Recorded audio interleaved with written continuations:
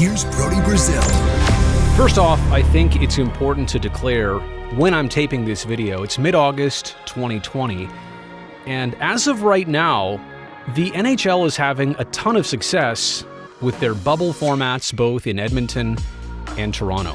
I'm talking about multiple games happening on a daily basis and a lot of COVID-19 testing and none of it coming back positive. Every week the results come out, and for the last couple weeks, 0, 0, 0, and more zeros. Things that you like to see.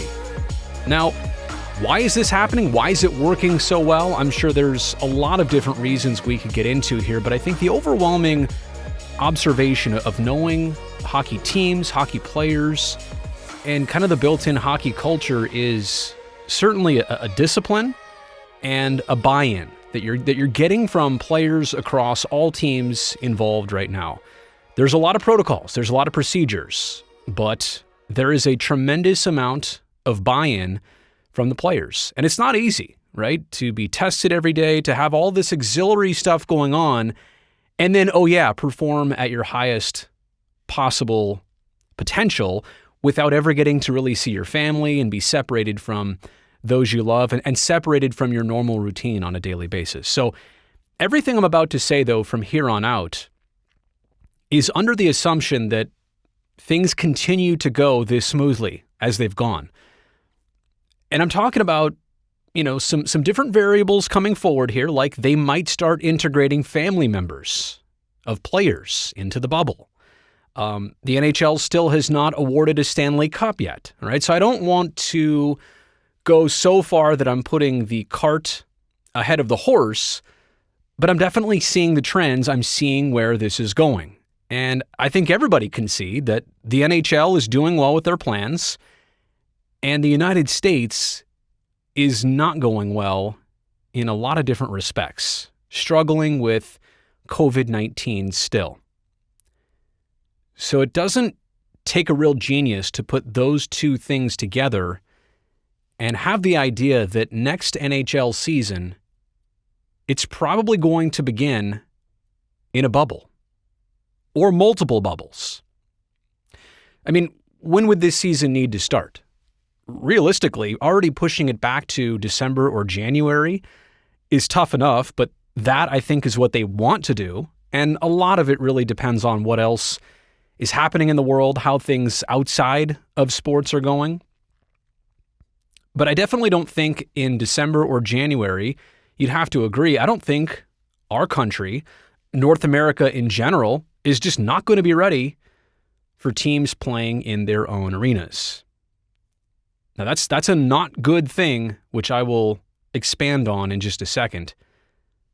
But the reason I'm saying it is because it only makes sense to start the next season, like I said, in a bubble, probably in 3 different cities is how you'd have to do it.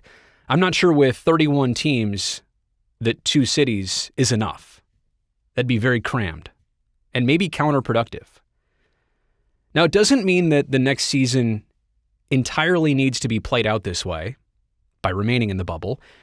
There could be some contingencies. It could be a half and half type situation if the world is ready for this.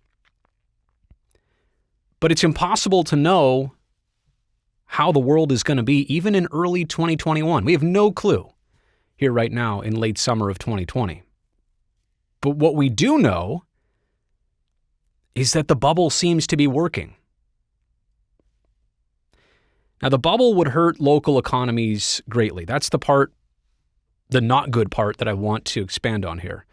I've got a lot of friends who work at stadiums and arenas and in broadcasting and in journalism.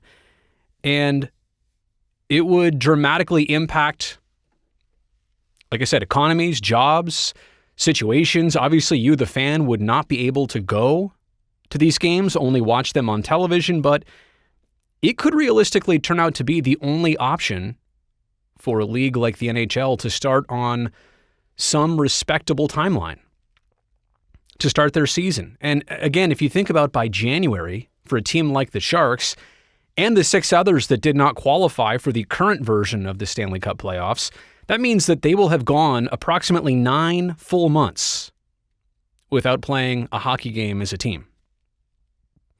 So there's going to be some pressure to have this league start up again very late 2020 or early 2021. And what do you do from then on out? Like, do you try and compress that season? Do you have a shorter season, maybe play 62 games instead of 82? Or do you try and fit all 82 in and have the next season end in July or late July? I mean, it gets messy pretty fast. But a lot of that's down the road. Again, what I'm discussing here is the fact that the next season, at this point, seems likely to begin in a bubble format. But the one thing that would go against that is, I talked about the buy-in before.